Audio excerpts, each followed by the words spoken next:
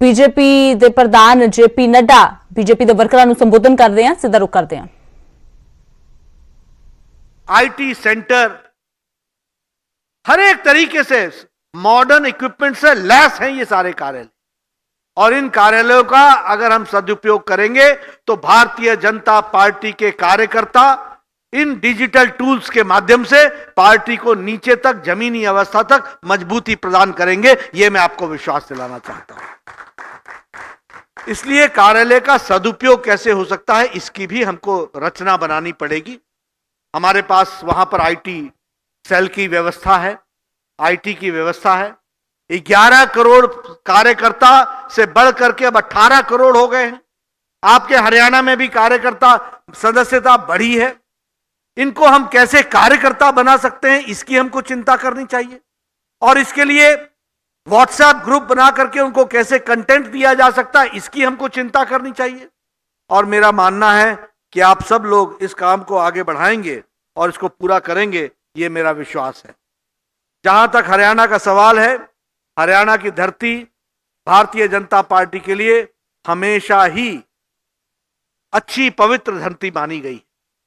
प्रधानमंत्री मोदी जी ने भी रेवाड़ी से अपने चुनाव अभियान की शुरुआत की थी, आपको ध्यान में होगा।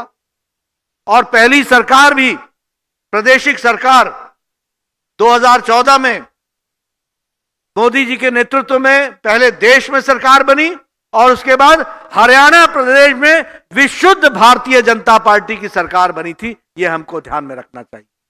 और अभी भी आपने 10 में से 10 एमपी आपने चुनाव जिता करके भेजे हैं। हरियाणा प्रदेश के कार्यकर्ताओं को, हरियाणा प्रदेश के नेतृत्व को इसके लिए मैं बधाई देना चाहता हूं। मित्रों, जब ये लॉकडाउन हुआ तो हम सब लोगों को लगा कि जैसे आगे हम क्या करें, लेकिन हम सब जानते हैं एक अंधेरा जब छाया हुआ था तो प्रधानमंत्री जी ने देश को फ्रंट से लीड किया है, देश को एक नई दिशा दी है, देश को दृष्टि दी है, और संक्रमण काल में भी किस तरीके से संयम रखते हुए देश की जनता की सेवा की जा सकती है और 130 करोड़ जनता की जान बचाई जा सकती है, उनको सुरक्षित रखा जा सकता है, इसका सफल प्रयोग प्रधानमंत्री श्री नरेंद्र मोदी जी ने दुनिया को दिया है। यह हमको ध्यान में रखना चाहिए, यह हमको समझना चाहिए। और मैं कहने के लिए नहीं कह रहा हूं, मैं चाहूंगा कि आप सब लोग इन बातों को समझे, जाने और लोगों के बीच इसके बारे में चर्चा करें।